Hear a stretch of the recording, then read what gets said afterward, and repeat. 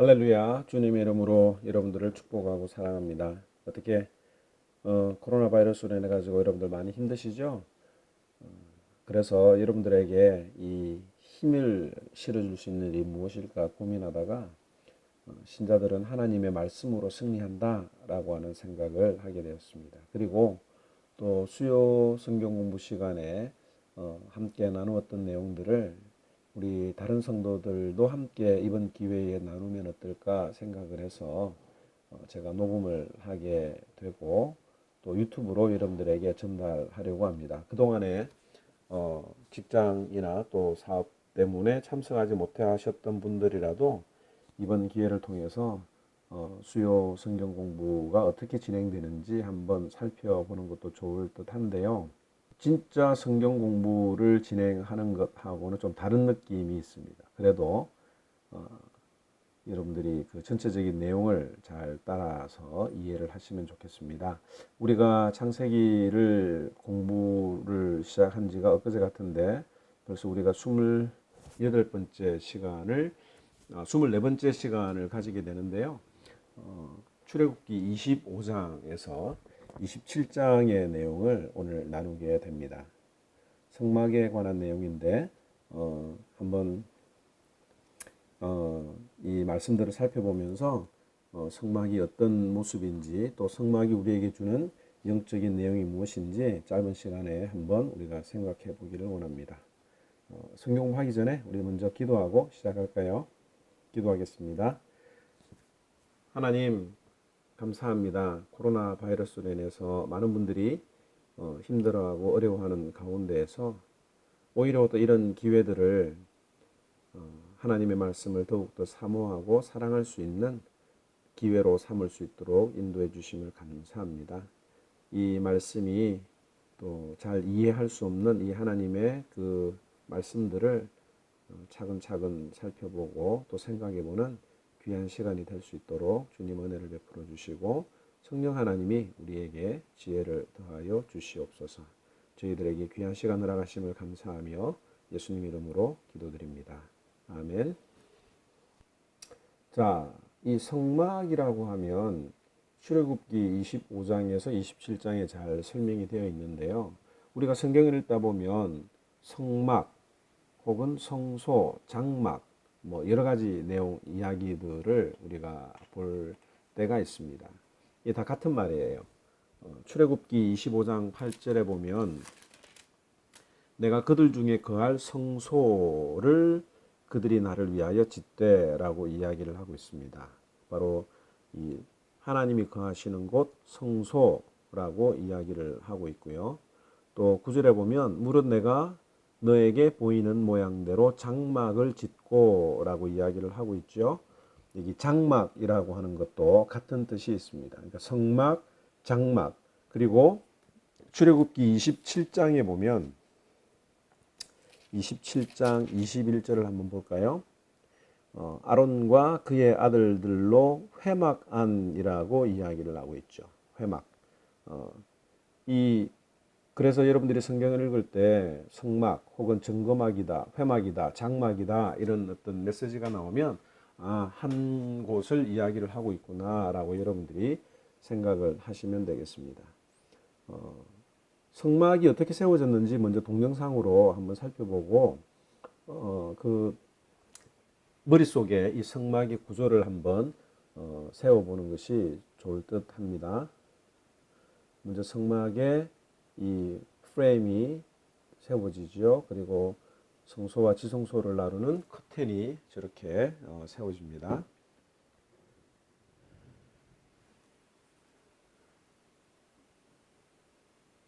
여기 보이는 모든 그림들이 물론 상상해서 이렇게 만든 것이지만 하나님의 말씀에 비추어서 이야기를 한 거지만 이 모든 내용들이 세세하게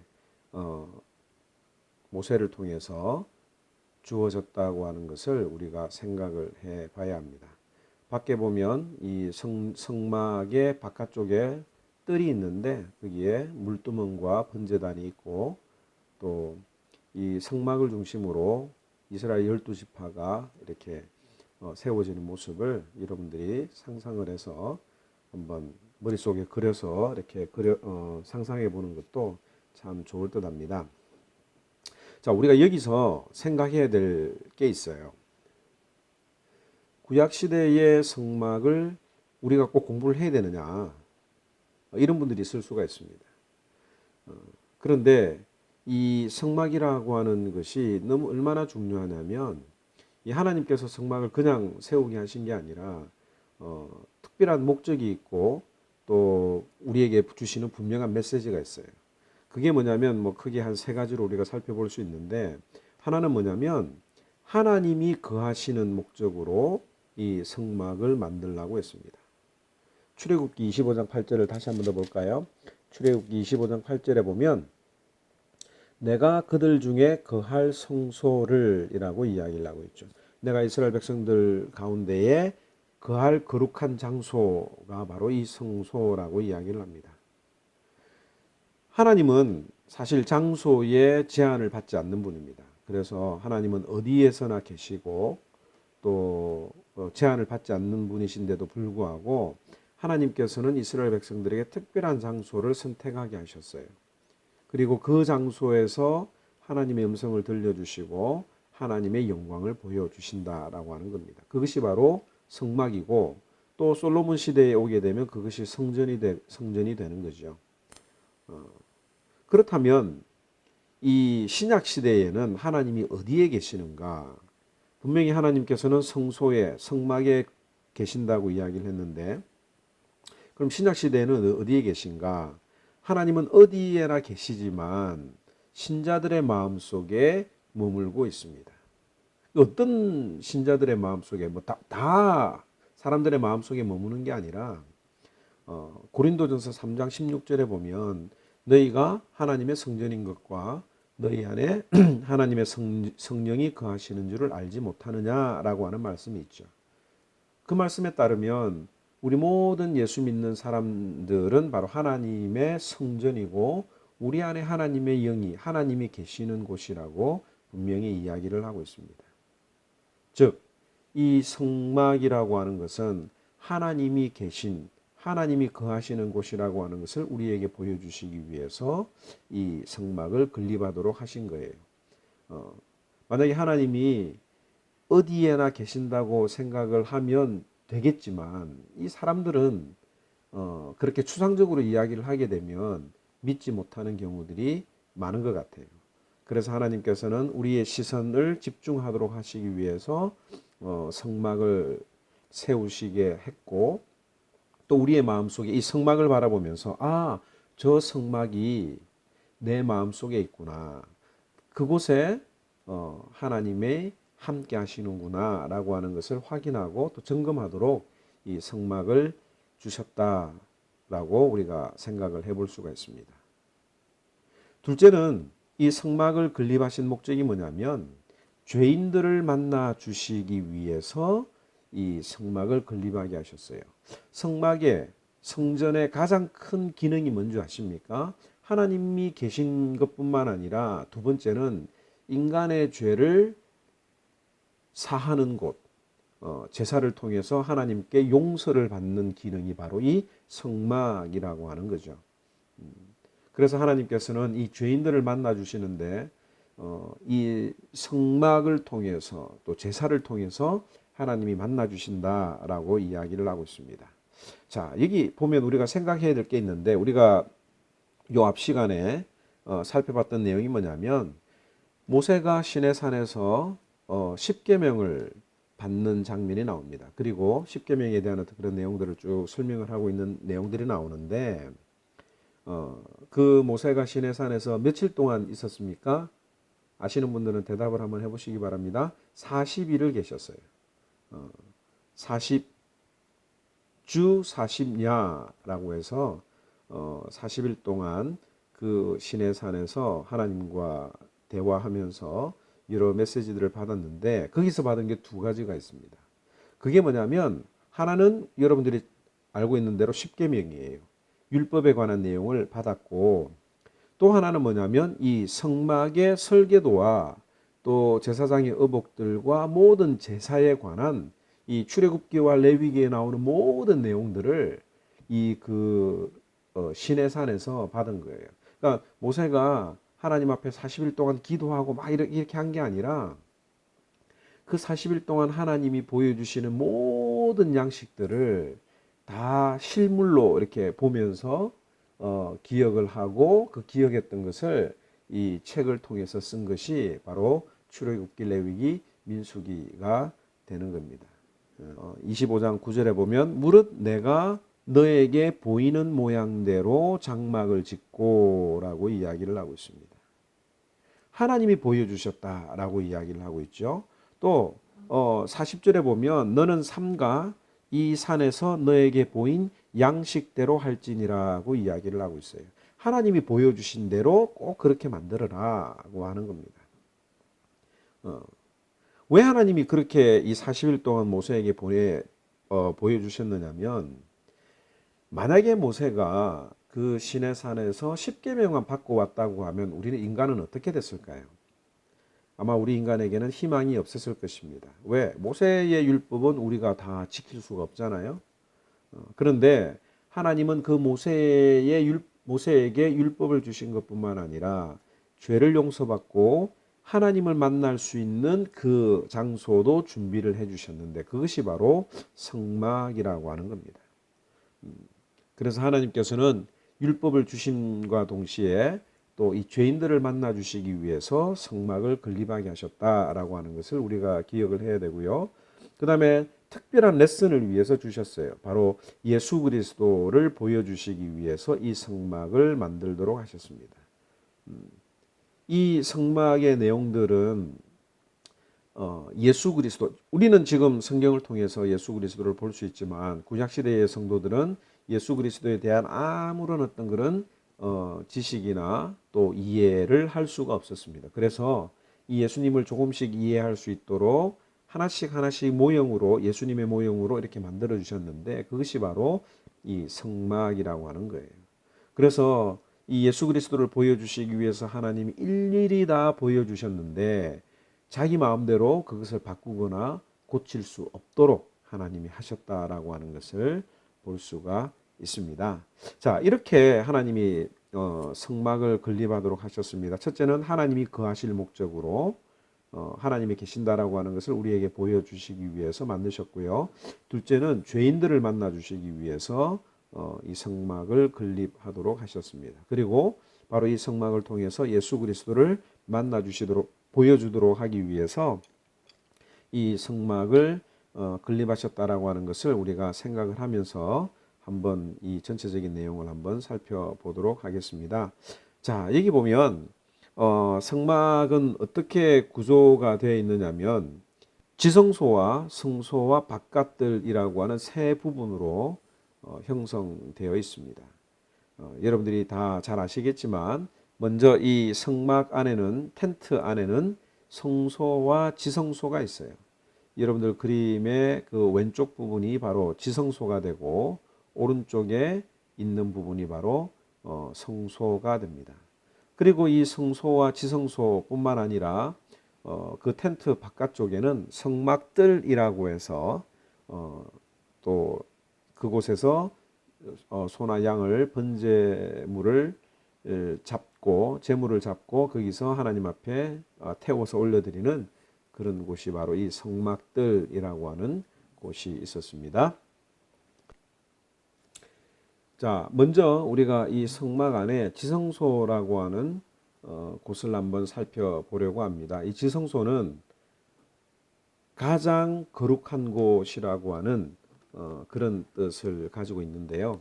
출애굽기 26장 33절을 한번 볼까요? 출애굽기 26장 33절에 보면 그 휘장을 갈고리 아래에 널어뜨린 후에 증거궤를 그 휘장 안에 들어놓으라. 그 휘장이 너희를 위하여 성소와 지성소를 구분하리라.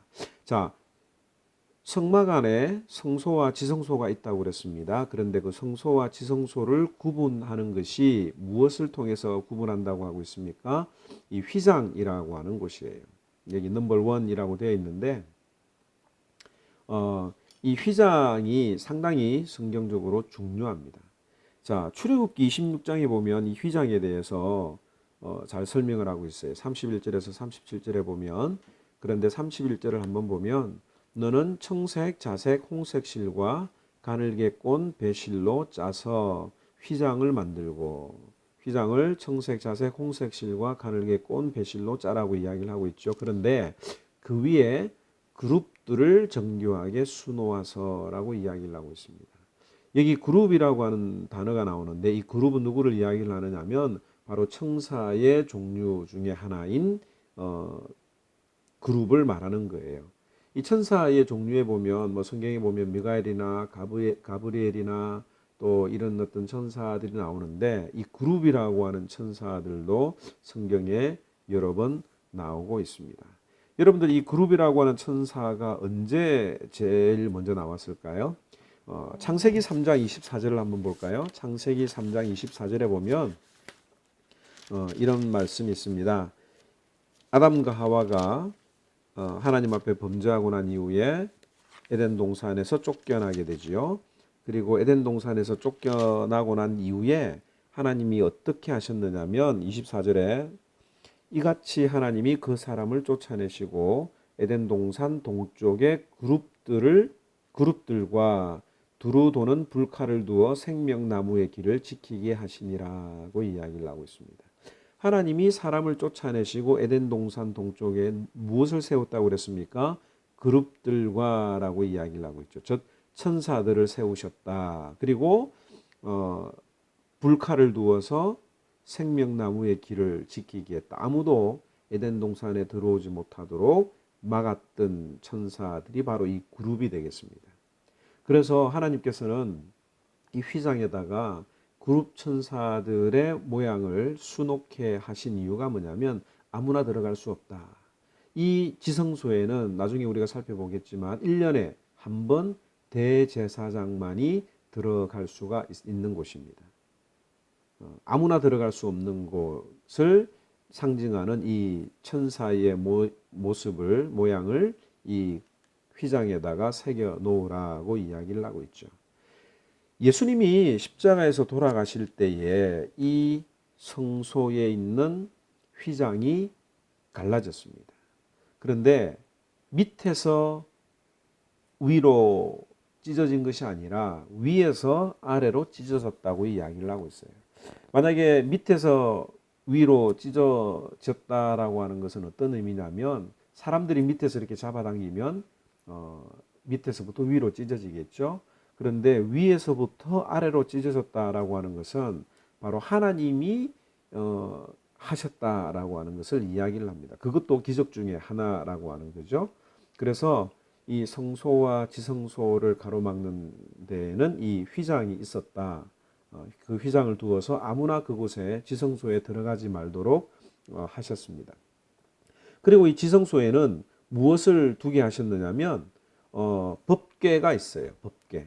이 법궤라고 하는 것이 뭐 언약궤라고 하기도 하고 증거궤라고 하기도 하고 또 여호와의 궤라고 이야기를 하기도 하는데 이 언약궤 안에는 무엇이 있었느냐면 만나가 있었고 또 그 십계명이 이 법궤 안에 있었습니다.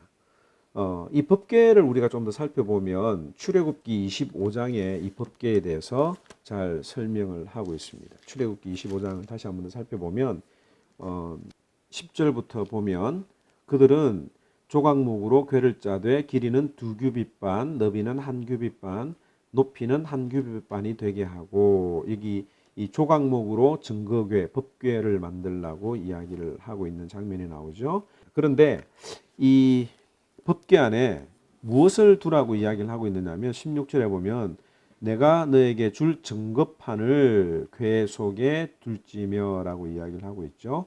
바로 여기 증거판이 바로 십계명을 기록한 두 돌판이 되겠습니다. 히브리서 9장 3절에서 5절에 보면 3절 말씀 또 둘째 휘장 뒤에 있는 장막을 지성소라 일컫나니 우리가 지금 지성소에 대해서 살펴보고 있죠. 금향로와 사면을 금으로 싼 언약궤가 있고 그 안에는 만나를 담은 금 항아리와 아론의 쌍난 지팡이와 언약의 두 돌판이 있다라고 이야기를 하고 있습니다. 여기에 세 가지가 있는데 뭐가 있다고요? 만나를 담은 금 항아리, 그 다음에 아론의 쌍난 지팡이, 그리고 이 언약의 돌판인 십계명이 그 법궤 안에 있다고 이야기를 합니다. 자, 이 만나는 무엇을 상징을 합니까? 바로 생명의 양식, 하나님의 그 40년 동안 이스라엘 백성들을 인도하셨던 그 생명의 양식을 상징을 하는 거죠. 그 다음에 아론의 쌍난 지팡이는 뭐냐면 부활을 상징하기도 합니다.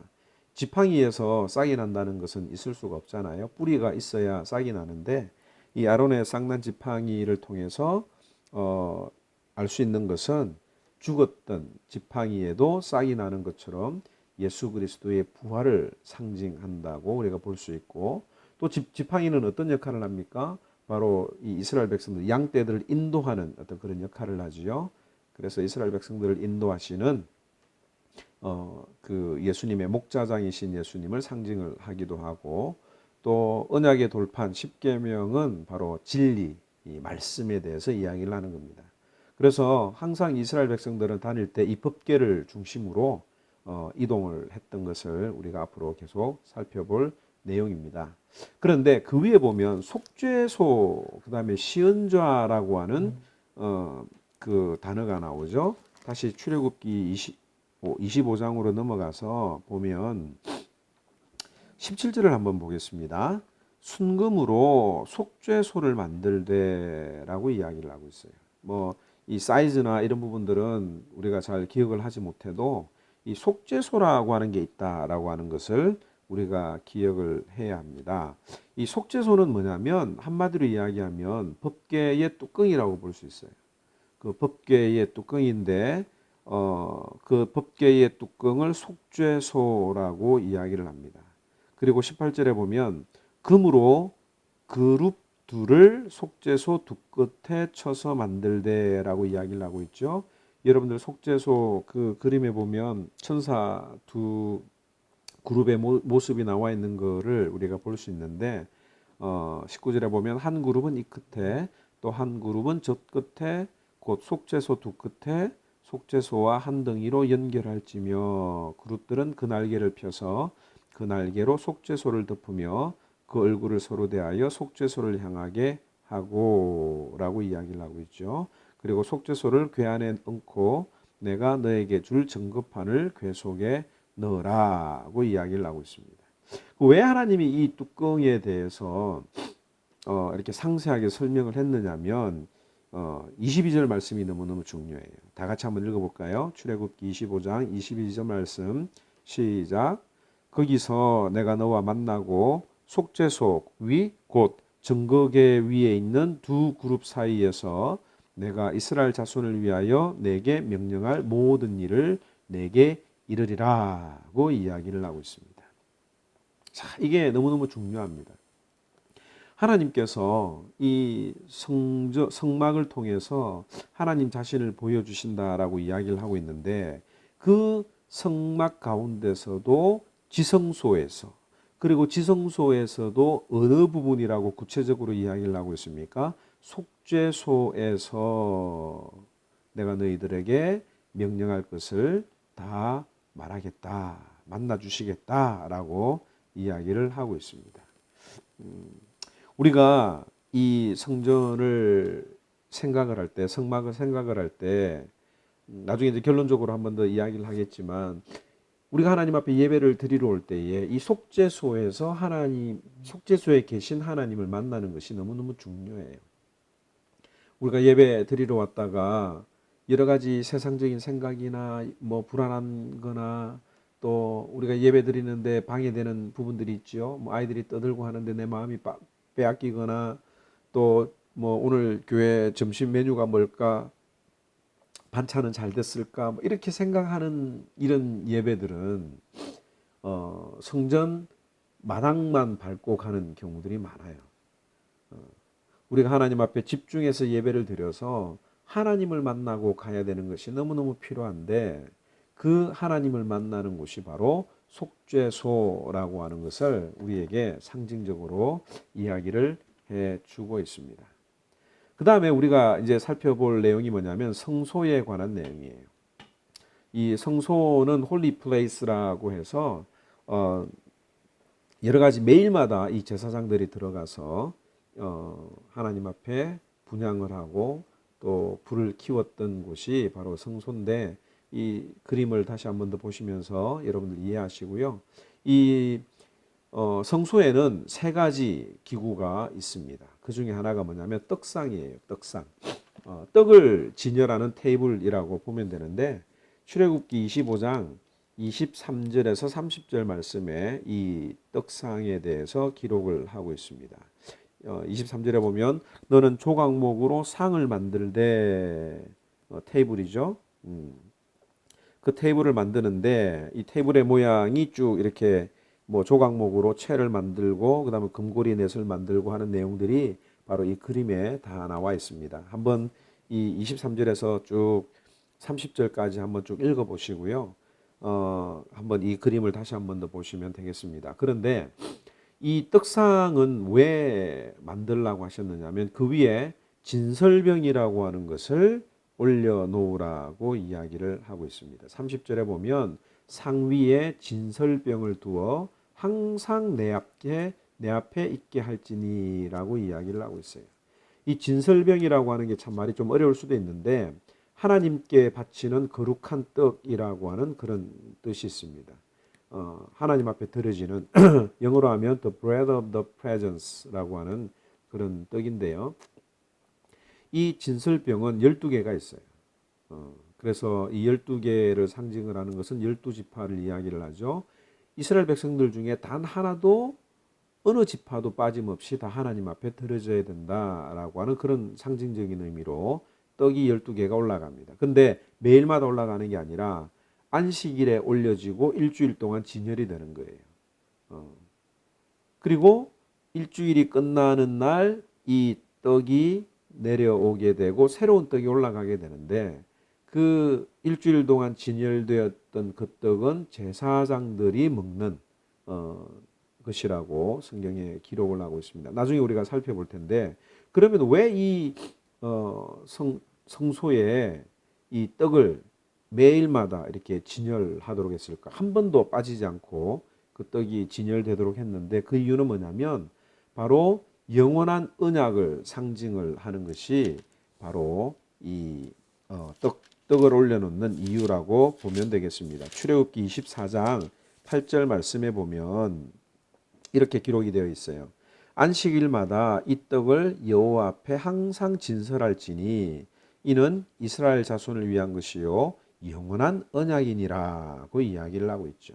이 떡을 매일마다 안식일마다 이 갈아서 올리는 것이 바로 영원한 언약이라고 이야기를 하고 있습니다. 바로 이 떡은 누구를 이야기를 합니까? 요한복음 6장 63절에 보면 생명의 떡이신 예수 그리스도를 상징을 하는 거예요. 즉 예수 그리스도를 말씀을 통해서 그 생명의 떡을 먹지 못하면 우리가 살 수 없다고 하는 것을 이 떡상을 통해서 보여주는 겁니다.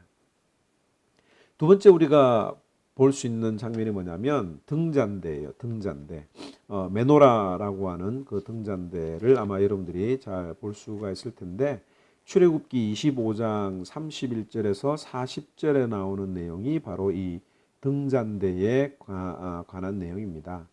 총 7개의 촛대가 있죠. 그리고 살구 모양의 그림으로 그 모양으로 이 순금으로 등잔대를 만들라고 이야기를 했습니다. 이 순금으로 만들라고 할 때 우리가 기억해야 될 게 뭐냐면 가장 가치가 있는 금속 가운데 하나일 뿐만 아니라 이 순금은 변질되거나 녹슬지 않잖아요. 그래서 성소 기구에 순금을 많이 사용하고 있는 이유는 뭐냐면 변질되어서는 안 되는 영원한 것을 상징하는 것이라고 볼 수가 있습니다. 자, 그런데 이 왜 등잔대를 만들었냐면 이 휘장으로 둘러싸여 있는 성전 안에는 낮에는 출입구를 통해서 빛이 들어와서 볼 수 있겠지만 밤에는 어두웠잖아요. 그래서 밤 동안에 이 성소 안을 밝히기 위해서 등잔대가 필요를 했고, 또 제사장은 매일 저녁에 불을 켜고 아침에는 이 불을 끄도록 했습니다. 출애굽기 27장 21절에 보면 이렇게 기록이 되어 있어요. 27장 1절에 보면 아론과 그의 아들들로 회막안 증거궤 앞 휘장 밖에서 저녁부터 아침까지 항상 여호와 앞에 그 등불을 보살피게 하라. 이는 이스라엘 자손이 대대로 지킬 규례니라고 이야기를 하고 있습니다. 불이 꺼지면 안 됩니다. 이 불은 무엇을 이야기를 하느냐면 바로 세상의 빛 대신 예수 그리스도를 상징한다고 볼 수가 있죠. 나는 세상의 빛이라고 말씀하신 그 예수 그리스도의 모습이 이 등잔대를 통해서 나타난다고 볼 수가 있습니다. 그리고 세 번째로 볼 수 있는 게 뭐냐면 분향단이에요. 분향단. 이 분향단은 뭐냐면 이 그 향을 피우는 그 상이라고 볼 수 있는데 출애굽기 30장으로 좀 넘어가야 됩니다. 출애굽기 30장 1절에서 10절 말씀에 보면 이 분향단에 대한 내용이 나오는데 1절에 너는 분향할 제단을 만들지니라고 이야기를 하고 있죠.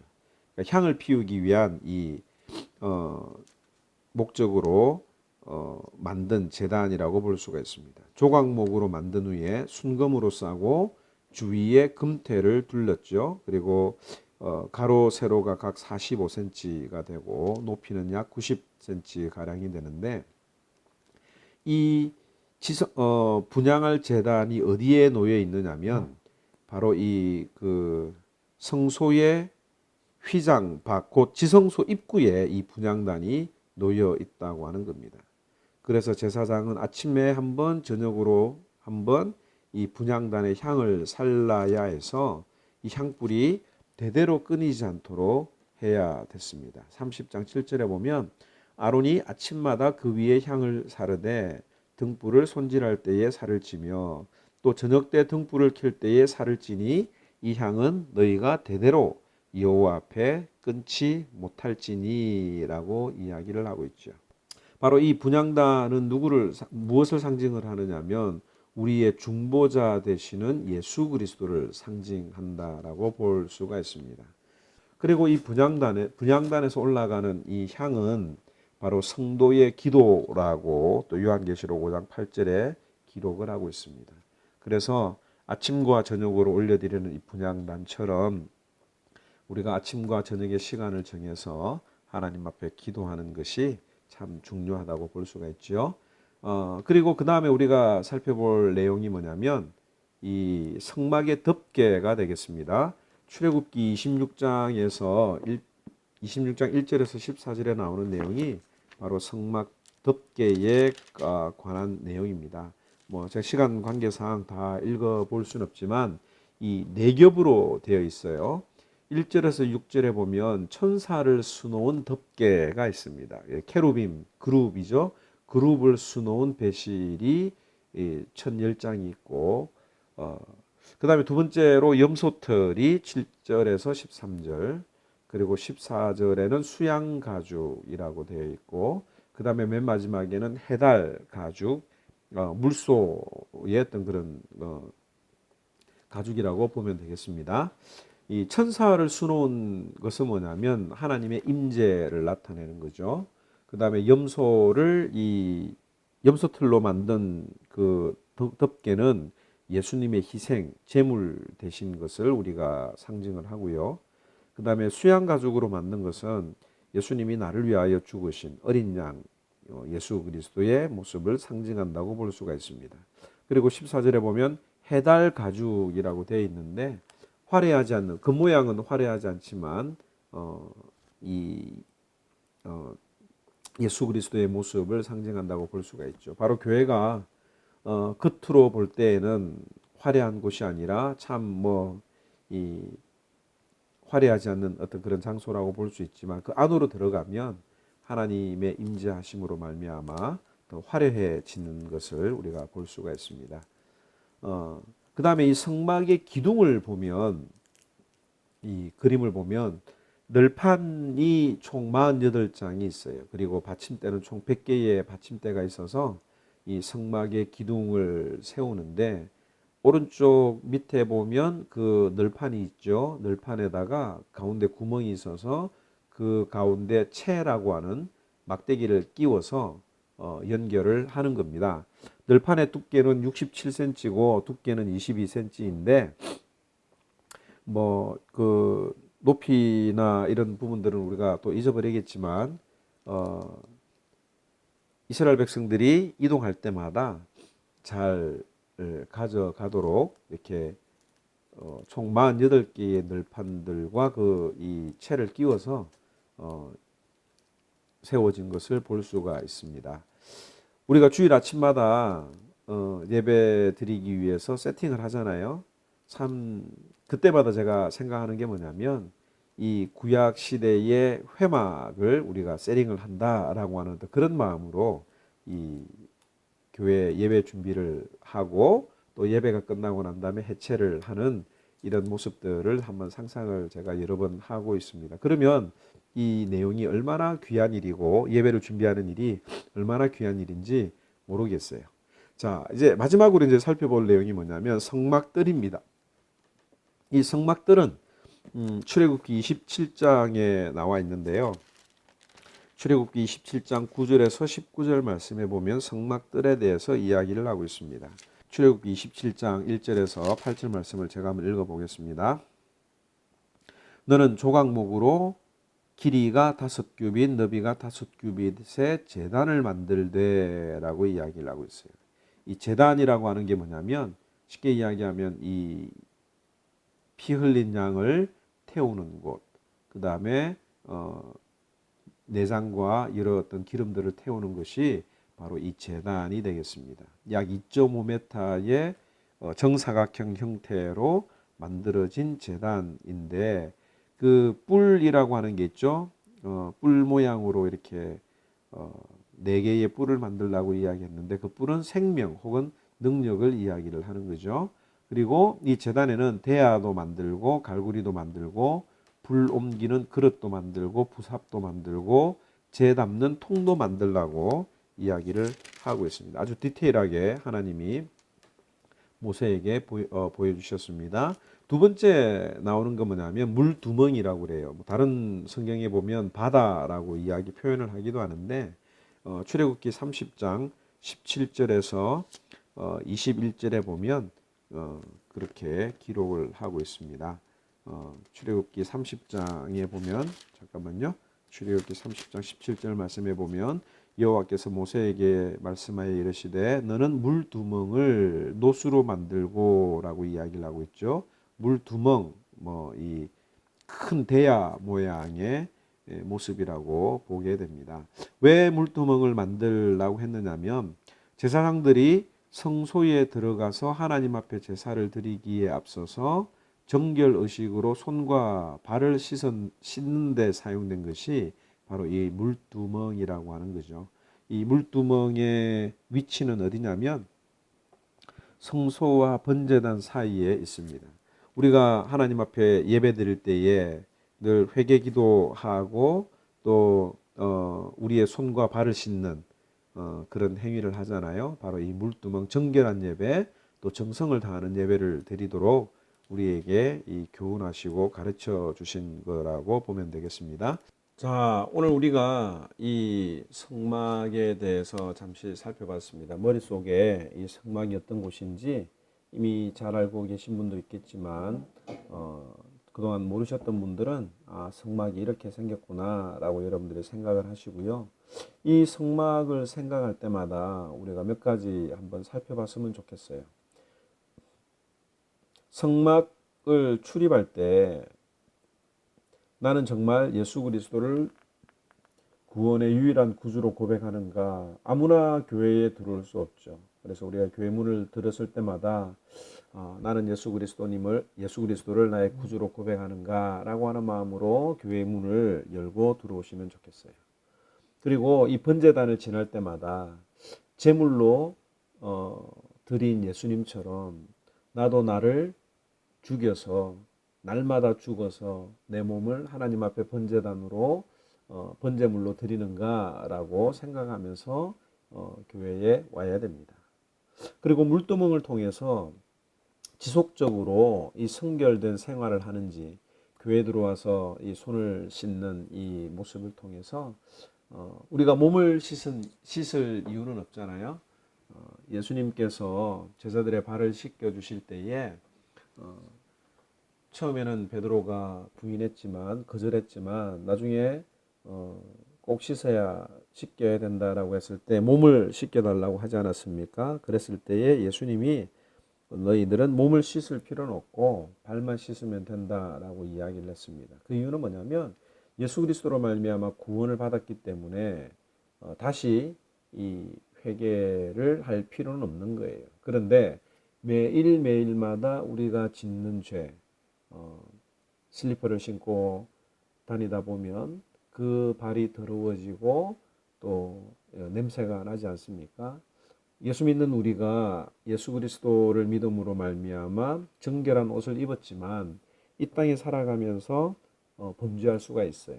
그때마다 우리의 죄를 회개하고 고백하는 것, 이것이 바로 물두멍을 통과하는 것이라고 볼 수가 있죠. 그리고 여러분들이 이 성전에 들어와서 활활 타오르는 그 메노라의 촛대를 보면서 나는 이 어두운 세상에 빛의 사명을 감당하고 있는가를 한번 우리가 생각을 해보고요. 또 떡상을 바라보면서 나는 매일 생명의 떡으로 공급을 받는가라고 하는 것을 한번 생각을 해야 됩니다. 우리가 하나님이 주시는 떡으로 살아야 되는데 이 세상이 주는 떡으로 만족하고 충분하다고 생각을 하잖아요. 아니에요. 이 성소에 들어가서 생명의 떡으로 내가 공급을 하고 있는가? 또 내가 그 먹은 떡으로 다른 사람을 먹이고 있는가라고 하는 헌신의 삶을 우리가 한번 또 기억을 하는 것이 좋겠습니다. 그리고 지성소 앞에 있는 분향단을 볼 때마다 아침 저녁으로 하나님 앞에 올려드리는 그 향이 올려지는 것처럼 나도 날마다 아침 저녁으로 기도하고 있는가를 우리가 살펴봐야 되고요. 그리고 우리가 지성소에 한번 들어가 봅시다. 지성소에 들어가면 무엇이 있다고 그랬습니까? 법궤가 있다고 그랬죠. 그 법궤를 통해서 법궤를 덮고 있는 그 뚜껑, 속죄소를 통해서 하나님이 만나 주신다고 이야기하고 있는데 내가 그 지성소의 그 속죄소를 통해서 하나님을 만나는가? 그리고 법궤 안에는 무엇이 있다고 그랬습니까? 죽은 나무에도 싹이 나게 하는 하나님의 능력을 믿는가? 아론의 쌍난 지팡이. 그 다음에 만나를 통해서 영원한 생명으로 인도하시는 하나님을 믿는가? 또 십계명이 있다고 그랬죠. 율법의 대강령을 실천하고 있는가라고 하는 이런 부분들을 우리가 이 성전을 통해서 성막을 통해서 우리가 늘 자주 생각하고 기억하는 것이 참 좋겠습니다. 오늘 이 말씀 사실 이 녹음을 하려고 하는 게 더 힘든 것 같아요. 수요일날 성경 보면 자유롭게 이야기하고 또 뭐 여러 개인적인 이야기들도 나누고 또 성경도 직접 찾아보고 하는데 인터넷으로 강의식으로 하니까 상당히 좀 긴장되는 감이 있지만 그래도 다음 이 시간부터는 좀 더 정리를 잘해서 짧은 시간 안에 머릿속에 속속 들어올 수 있는 그런 방법들도 제가 하다가 보면 아마 더 방법이 떠오를 것 같아요. 여러분들 위해서 기도해 주시고 또 함께 성경 공부에 참여해 주시면 감사하겠습니다. 한번 기도하겠습니다. 하나님, 우리가 이 짧은 시간에 구약에 나오는 성소에 대해서 살펴보았습니다.